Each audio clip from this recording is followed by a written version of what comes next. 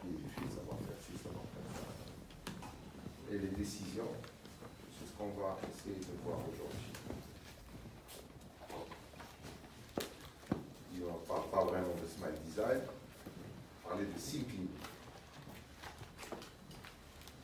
Et on ne parle pas d'esthétique, on parle d'attractivité. Ça, on en a déjà parlé au premier module. Attractiveness. On va passer vite. Voilà, juste pour rappel. Notre cerveau commence à voir X, Y, Z. 3 mesures, c'est tout. En fait, il y a physiologiquement, au niveau des encéphalogrammes, on détecte plusieurs signes. Le premier, c'est face detection. C'est quand vous voyez un visage, ou quelque chose qui ressemble à un visage, en 170 millisecondes, votre cerveau a déjà trouvé comment ça analyse. Ensuite, vous analysez la symétrie, le sens vertical, le sens sagittal et les bas. Et tout ça, c'est en moins de 2 secondes. Alors, on va voir ça. On va commencer par la détection de face. Je vous ai mis 1 seconde ici. Oui, ça c'est 1 seconde. Essayez de voir à quel moment dans la barre vous avez vu le visage. C'est 170 millisecondes chez tout le monde. Et vous êtes né comme ça.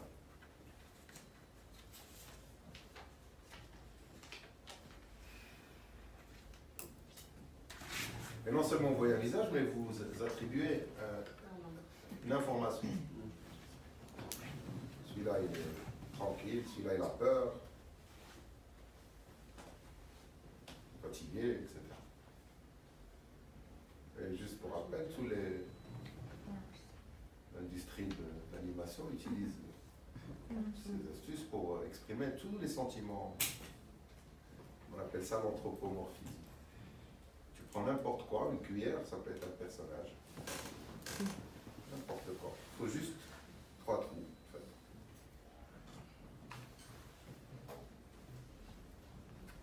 Après, il y a la symétrie. Ok? Alors, symétrique, complexe, parce qu'il y a beaucoup de symétrique. Vous avez une meilleure appréhension de ces cas-là. C'est-à-dire vous avez un meilleur jugement sur ces gens que sur ceux-là.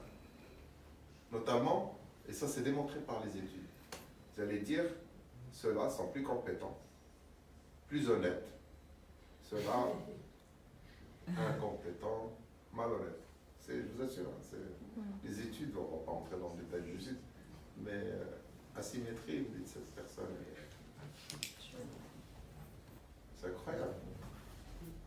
Eh bien, faites votre recherche littérature, essayez de voir face symétrie et behavior social. Les gens asymétriques sont mal, très mal perçus.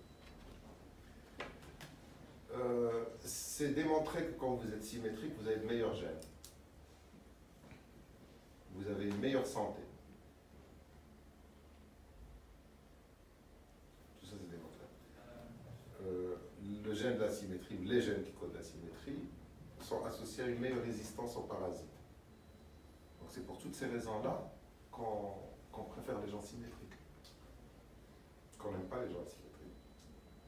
Donc vous vérifiez votre symétrie. Et la part dans la population, il y a plus de gens symétriques ou plus de gens asymétriques? Ben, il y a surtout beaucoup de gens symétriques. Il y a peu de gens asymétriques en fait. Il y a des asymétries qui gênent à l'œil. Parce que même ici, c'est pas parfaitement symétrique, mais ce n'est pas perçu comme asymétrique en médecin. C'est suffisamment symétrique en fait.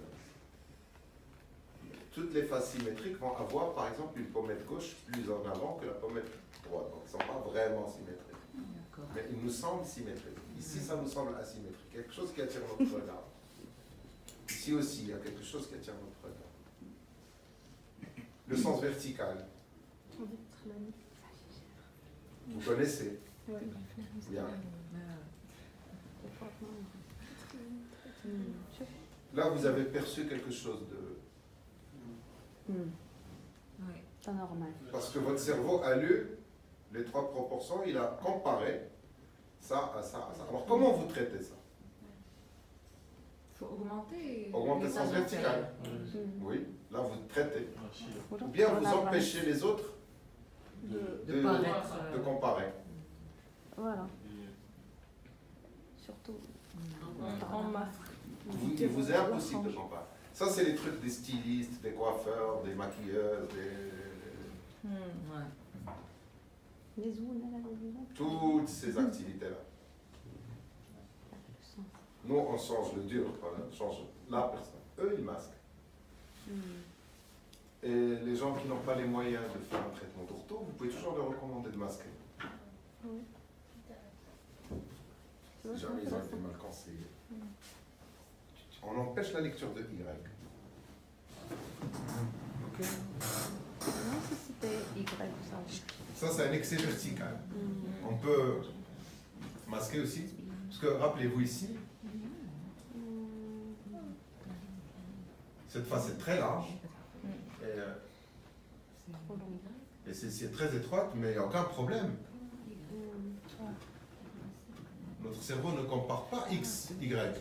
Il ne fait pas le ratio hauteur-largeur, on s'en fout. On sait qu'il y a des gens blancs, des gens là. C'est pas le problème.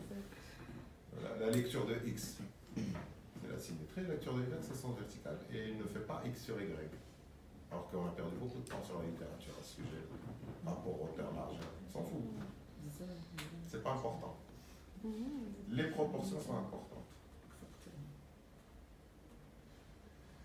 Alors vous masquez comment? Ça c'est bien, mais ça marche que chez les hommes. Ah bah. Enfin presque chez les hommes. Vous connaissez de la chanteuse? Ouais. La chanteuse. C'est une chanteuse qui a remporté l'Eurovision. Une femme à barbe, Oh, ça s'appelle. non. Ouais. C'est dégueulasse. Mais pour les hommes, vous pouvez leur dire, écoutez, laissez-vous pousser la barbe. Ça règle le problème temporairement. Ou indéfiniment si vous voulez garder votre barbe. Je veux dire, vous n'êtes pas forcé de traiter le sens vertical excessif. Il peut être masqué. Ça, c'est plus difficile à masquer parce que vous avez... Géniaux, machin. Voilà, vous avez aussi une perturbation de l'étage même. De l'étage. L'air supérieur, l'air inférieur montant. Ça, c'est très très mal perçu. Comme elle parle d'une famille de... Et à Habsbourg. Donc ils étaient en classe 3. Classe 3 et en plus... C'est plus les frères Bogdanov. Ouais. Et donc ils n'ont pas l'air d'être humains. Ils sont désagréables à voir. C'est horrible. C'est horrible. Ils ont fait la chire. Bah Ouais. oui, c'est clair. Parce que cette proportion, en fait, on pense que c'est ce qui caractérise l'homme, l'être humain. Parce que le menton, dans tout le règne de la biomasse, dans tout ce qui est composé de cellules, Il n'existe que chez l'être humain. les seuls qui ont un menton, c'est nous. Pourquoi? Parce qu'on est debout. Donc en fait, on a cassé de la colonne vertébrale. Normalement, c'est droit. Tu as la colonne vertébrale, tu as le trou occipital ici, le crâne qui continue tout droit. C'est tout droit, c'est un tube. Nous, on est debout, donc on a cassé notre base du crâne en deux. Du coup, ça a serré ici. Tu as toute la face qui est là. Tu serres. Tu propulses la partie basse vers l'avant. Donc le menton est le résultat de ce qu'on appelle l'hominisation. C'est la théorie de l'évolution qui dit ça. D'accord? Donc c'est pour ça que c'est très critique. Quand vous avez un problème au niveau du menton, vous ressemblez à un rat. Si le menton est trop en arrière, ça fait... c'est peut-être pas un être humain. Si le menton est fuyant. Et dans toute la littérature, on va vous dire ça. Menton fuyant, il est faux. Alors, si c'est un menton puissant vers l'avant, c'est plus toléré chez les hommes que chez les femmes. Un peu. Donc ça, c'est pour le vertical. Pour l'antéro-postérieur, on doit aussi vérifier que vous avez les mâchoires bien l'une en face de l'autre. Donc vous pouvez mordre, vous pouvez vous alimenter, ce qui veut dire que vos descendants aussi, hein, vous n'avez pas un gène de malocclusion foireux, vous êtes bien. Et donc vos gènes méritent de passer à la génération suivante. Donc il y a ce filtre, Z.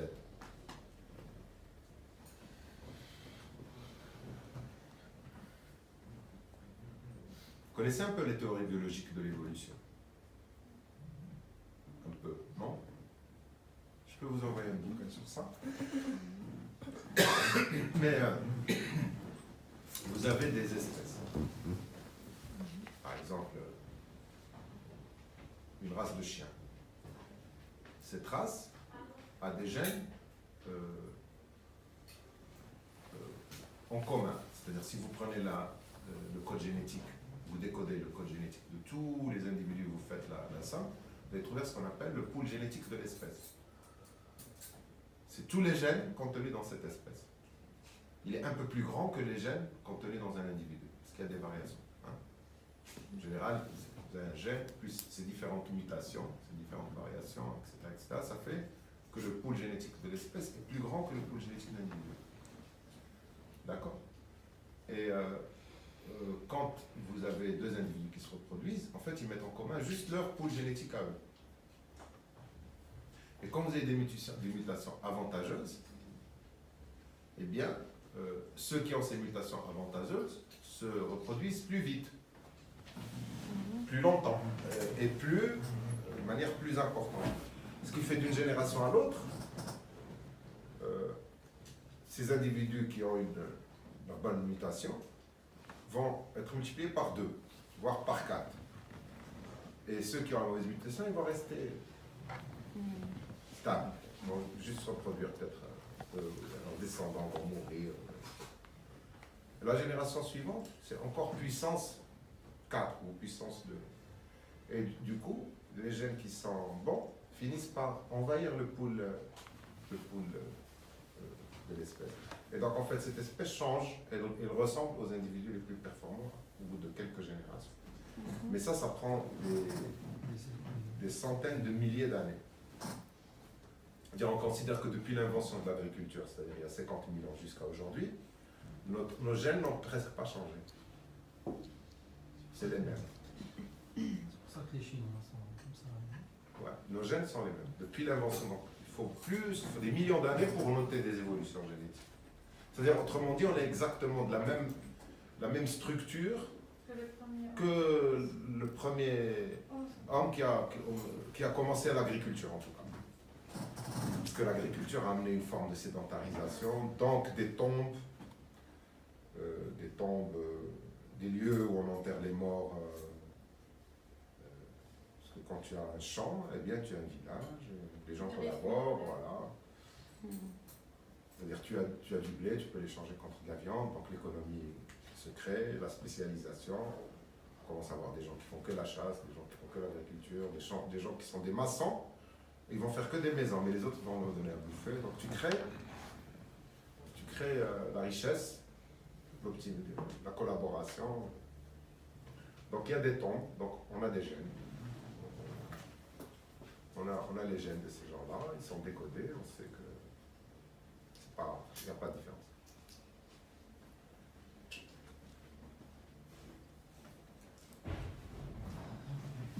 Et donc, avant, eh bien, si vous voulez, le cerveau humain, ou l'homme en général, contrairement aux autres animaux, quand nous naissons, nous sommes, comme on dit en anglais, half-baked. Nous sommes cuits à moitié, on n'est pas correctement développé. On sort trop tôt. Beaucoup trop tôt. Normalement, pour la complexité de l'homme, il faut 18 mois. Et on sort à 9 mois. Vous savez ça. Ça vient, selon la théorie, d'un temps très ancien où on était très peu nombreux, où on a presque failli être... l'espèce humaine a failli prendre l'extinction et il restait 2000 individus dans une île qui est située. Et c'est de là qu'est reparti tout le genre de ces 2000 individus. C'est pour ça que notre patrimoine génétique est très très limité, très proche les uns des autres. Mais comme il y avait des ressources alimentaires limitées, les seuls qui ont pu évoluer et rester, c'est les femmes qui pouvaient mettre à bas des bébés plus petits. Parce qu'on est devenu très petits. C'est les femmes qui faisaient des enfants prématurés en fait. Et donc du coup, au bout de quelques générations, il n'y avait plus que des prématurés. Donc quand le bébé naît, humain, il n'est pas complet. Il ne peut pas survivre. Il faut le groupe qui le protège, qui l'éduque, qui l'apprenne à marcher. Tu as le réflexe de la marche, mais tu ne marches pas. C'est pas assez développé. Pas comme les animaux. Donc on est avec certaines choses qu'on sait, dont les algorithmes. Il n'y a que des algorithmes. Quand vous naissez, par exemple, ça a été démontré dans toutes les sciences, même en linguistique, c'est impossible d'apprendre un langage normal si on ne le connaît pas avant. C'est-à-dire quand l'être humain naît, il a ce qu'on appelle des algorithmes linguistiques, de naissance, dans le cerveau. Ça s'appelle des modules, le terme scientifique exact. On a des modules linguistiques dans le cerveau. Et on va écouter parler les adultes. Alors les adultes, déjà, ils font des erreurs. C'est-à-dire on peut dire que l'enfant apprend à parler en écoutant parler les adultes. Mais les adultes ne s'expriment pas toujours bien, ils font des erreurs, ils ne disent pas tout, ils lui parlent bizarrement. Comment il fait pour apprendre?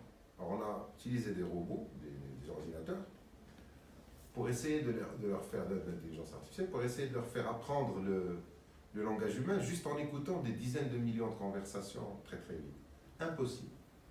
Sauf si vous mettez des petits programmes à la base qui décodent déjà ce que c'est que le langage. Le langage universel, tous les êtres humains l'ont. Ça fait aussi partie des choses avec lesquelles vous naissez. Et si vous ne les avez pas, vous ne pouvez pas apprendre le langage. Il y a des pathologies où les enfants naissent incapables d'apprendre le langage. Donc il y a plein de choses qui sont innées. Il faut en être conscient.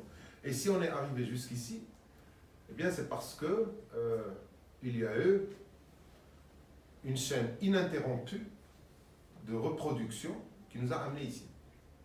Et toute cette scène est gouvernée par une chose, c'est que les gens ne se trompent pas dans la sélection du partenaire. Parce que s'ils se trompent, on n'est pas là.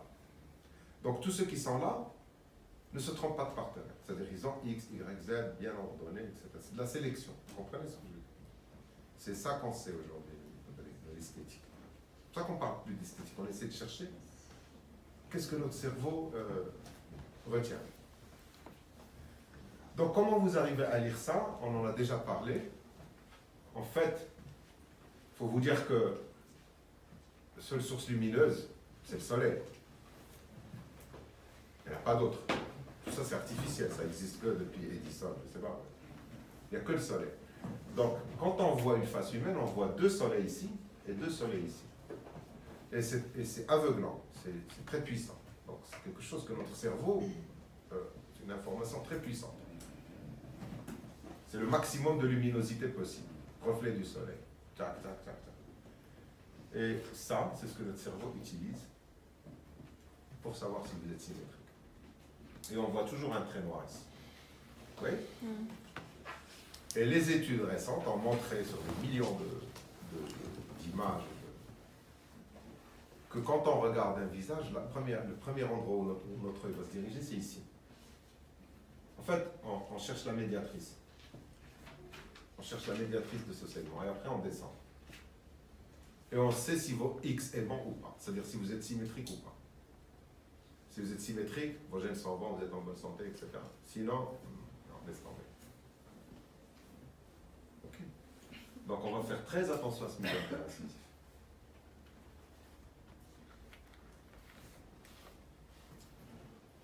Ça vous connaissez, ça c'est un peu tout ce qu'on sait en céphalométrie. Bon, il y a plein de règles. Et certaines stupides, certaines statistiques, certaines pas grand intérêt, mais bon.